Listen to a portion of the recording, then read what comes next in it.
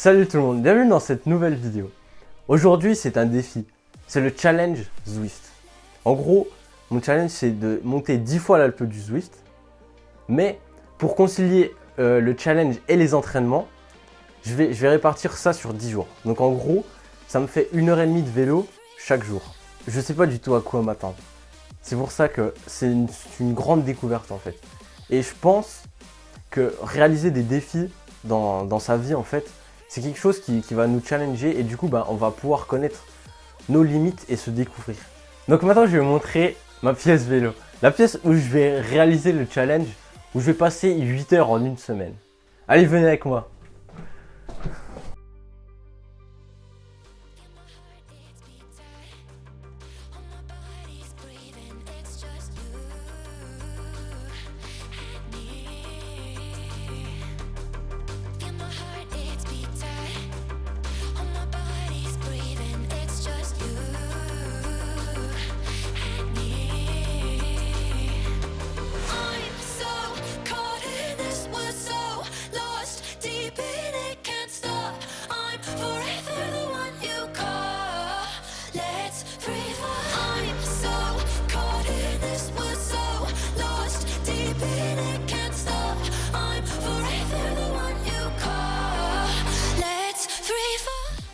J'ai trouvé en fait que c'était quand même assez long. Je pensais que le circuit il allait être beaucoup plus rapide.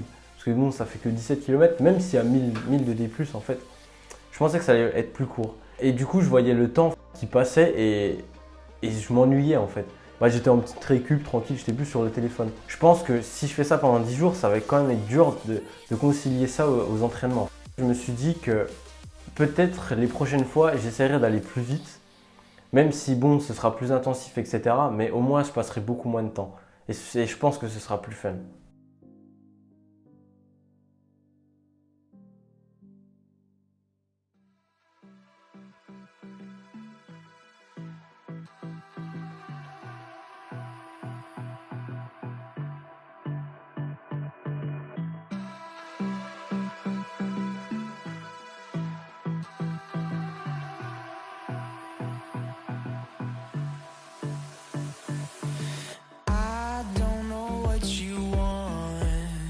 Let's have a bit of fun till I downfall. My love, if you feel like I do right now, don't say you're on the run. Moi, je suis avec Lucien. Là, je viens de faire la séance et tout. Il m'a vachement motivé, c'était vraiment cool. Et surtout, en fait, c'est qu'il venait seulement de découvrir Zwift. Donc Lucien, qu'est-ce que t'en penses? Quand tu m'as fait découvrir Zwift, j'ai trouvé que c'est une appli assez surprenante. Il y a du monde sur cette appli. Tu as commencé le 4e jour, il y a un gros peloton. Ça permet, quand on a des challenges comme ce que tu fais en ce moment, comme ce que tu es en train d'accomplir, ça permet de se motiver et puis de dire ça me fait avancer. Ouais. Et vraiment, c'est une appli, la motivation, elle est là. Puis je conseille à tout le monde de faire ça. C'est surpassé. On se dépasse. Ouais, franchement, c'est super bien. Je vois au fil des jours, en fait, je suis de plus en plus motivé parce que du coup, comme je vais plus vite, du coup en fait je roule avec des gens, etc. Puis on se fait un peu la guerre, c'est vraiment super cool en fait. Je sais pas, comme tu as vu, on a placé des petites attaques, des trucs comme ça, c'était vachement sympa quoi. À un moment j'avais même envie de te dire, je te gueulais pas dessus, mais je te disais attaque, accélère. C'est super important en fait de voir votre progression. Comment vous progressez. C'est pour ça, moi j'avais les temps sur les temps de montée, donc je voyais que chaque jour en fait je progressais, je passais un palier. Et du coup ça me motivait encore plus à appuyer sur les pédales. Donc c'est pour ça que d'ailleurs prochainement je vais vous faire une vidéo sur comment bien exposer sa progression.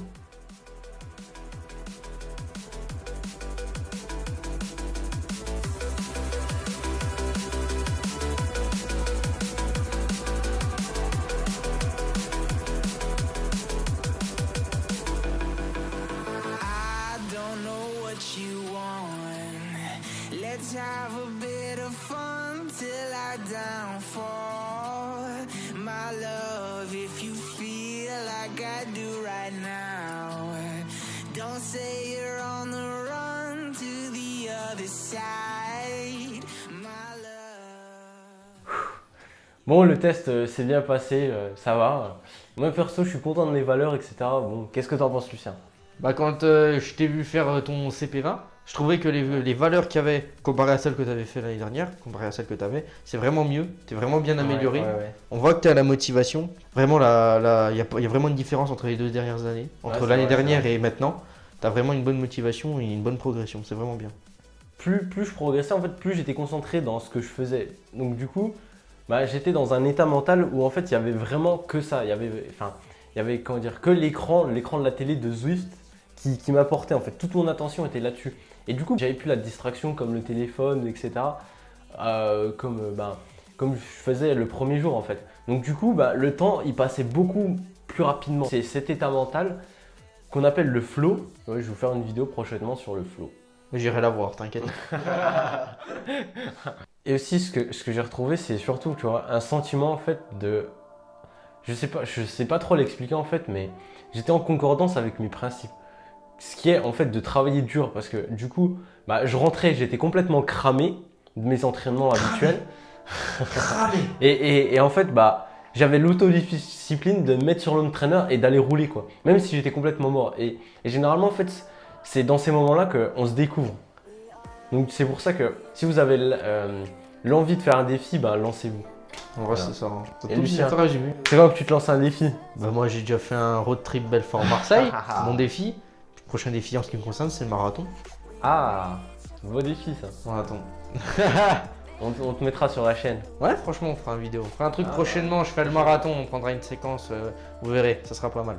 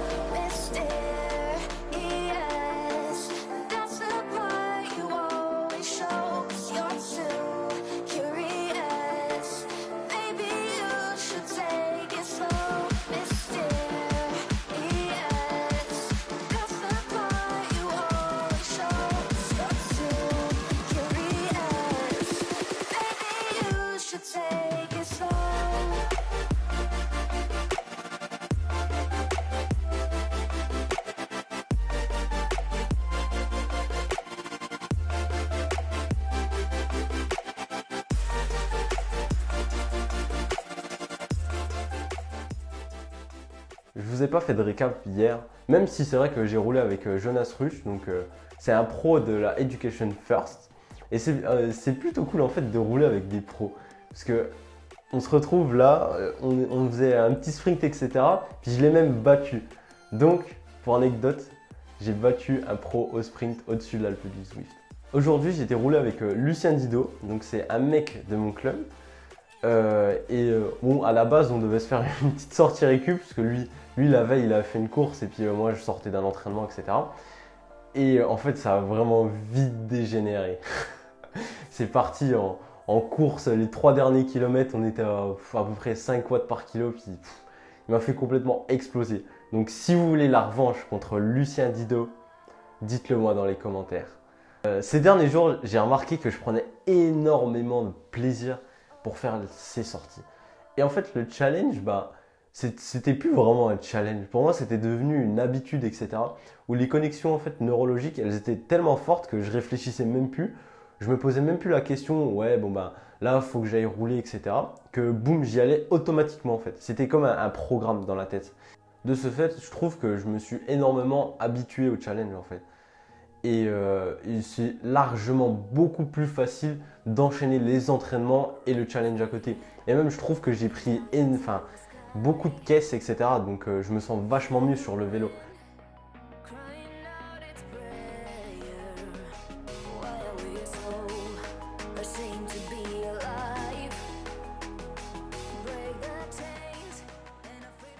On arrive à la fin de ce challenge. Ce que j'en tire, c'est une amélioration de mes performances de 1 heure à 2 heures. Donc sur des efforts qui sont quand même assez longs. Et je trouve en fait que j'ai gagné énormément de puissance et que je me retrouve à être super à l'aise pour des efforts à I2 ou I3 en fait.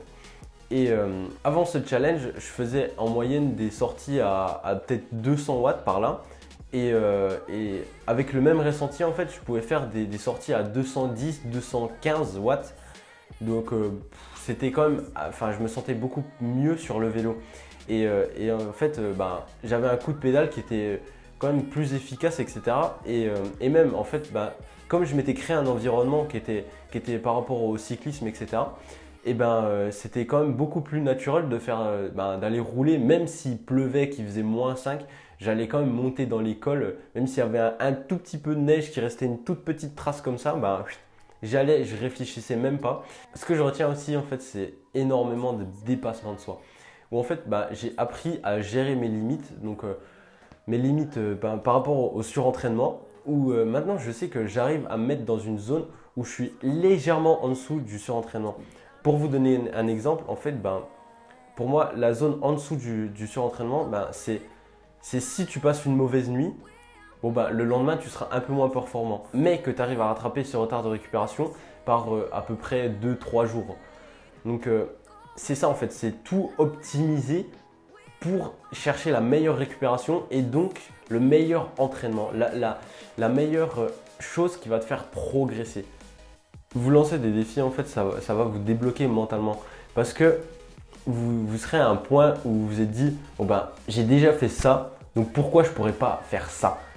Et du coup, à faire des challenges, vous allez vous débloquer mentalement. Je m'explique.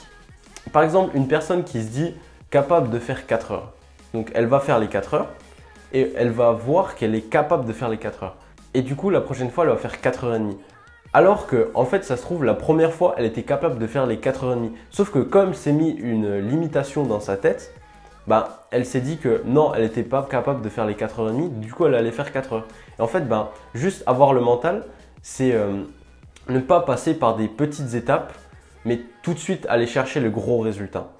Et du coup, réaliser les challenges, ça va vous faire dépasser ces petites limites, mais à l'entraînement et pas en compétition. Et ça change tout.